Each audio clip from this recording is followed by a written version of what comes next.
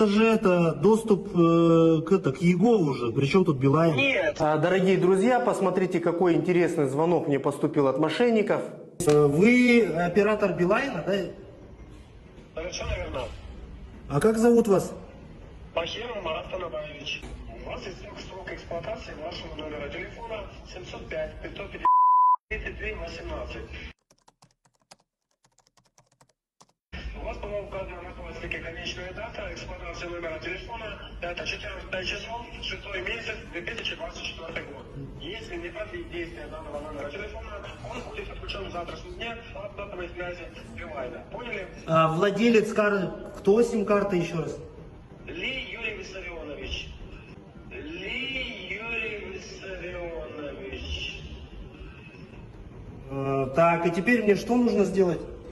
Направляю вам смс-код подтверждения операции продления вашего номера телефона до 2029 года. Не прерывая со мной разговор, посмотрите сообщение, которое вам поступило. Ну это же доступ к Егову уже, причем тут Билайн? Нет, смотрите, эта процедура проводится через Егов Мобайл, поскольку все номера регистрируются на людей, понимаете? То есть вы предоставляли свои данные в контакт-центре, когда, собственно, покупали данный номер, и все... Нет, я еще раз говорю, подождите, здесь пришло код подтверждения номера в Digital ID для сервиса Егов. Причем тут... Совершенно верно. Это все производится через государство, понимаете? Не, как через государство, если Билайн это что, государственная компания? Причем тут у меня отдельное приложение, у меня есть отдельное приложение для Билайна.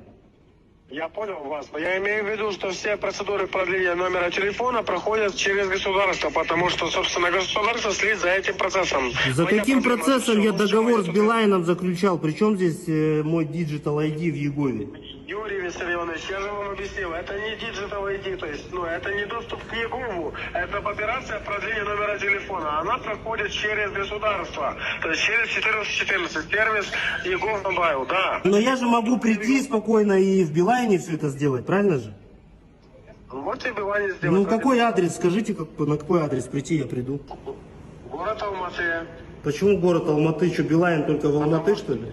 Потому что контакт-центр, собственно, главный, находится в городе Алматы, который... Ну а почему в приложении Билайна можно с любого города? Бег ЖВ 981, этаж 18.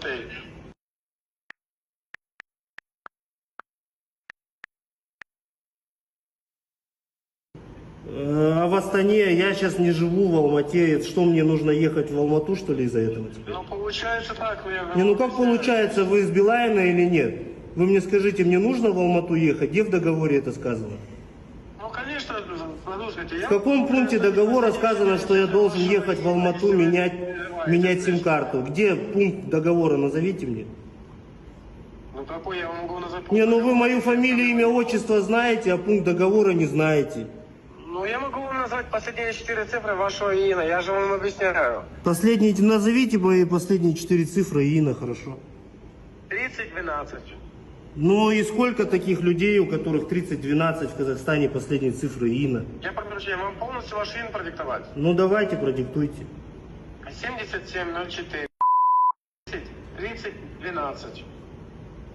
Ну и что? И дальше что? При чем тут ИИН? Ну вы же сказали продиктовать вам. Я продиктовал. Ну пункт договора назовите, согласно которому я должен к вам явиться в Алмату. Я не имею доступа к информации, какой номер у вас договора. Вы что, Ну как, вы имеете доступ к моему ИИНу, а к договору не имеете доступ, что ли? Ну не имею. Там. Сим-карту даже знаете, когда она заканчивается. Вы будете пользоваться, я прошу прощения, конечно, то есть не поймите меня там правильно, вы будете пользоваться этим номером. Если да, будете пользоваться, продиктуйте мне код, который вам поступил. 085 085 775. 675. Да. Сейчас нашу данный код в систему, пару секунд. 085 675, правильно? Да. Вы назвали неверный код. Ну вот я вижу этот код, что мне делать? Отправил вам повторно сообщение, сейчас оно также вам поступит. Так, а сейчас подождите, я вам перезвоню. На этот номер можно перезвонить же, да, вам? Все, потерялся. А вам поступали такие звонки и какие были последствия? Кстати, в средствах массовой информации очень много упоминаний об этом.